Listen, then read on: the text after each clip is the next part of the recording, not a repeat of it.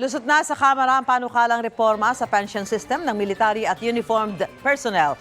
Sa ilalim ng House Bill 8969, dalawang MUP trust funds ang balak buuin para sa AFP at iba pang uniformed personnel services. Pangungunahan ng Finance Secretary ang MUP Trust Fund Committee. Mula sa GSIS naman ang magiging trust fund manager. Kukunin ang pondo sa mandatory monthly contribution ng mga bagong MUP. 9% ang kaltas sa kanilang sahod para rito. 12% naman ang kontribusyon ng gobyerno.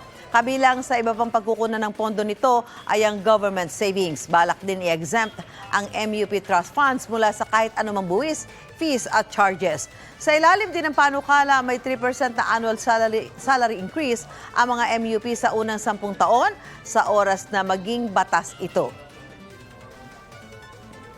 Mauna ka sa mga balita, bisitahin at mag-subscribe sa GMA Integrated News sa YouTube. Sa mga kapuso abroad, samahan nyo kami sa GMA Pinoy TV at sa www.gmanews.tv.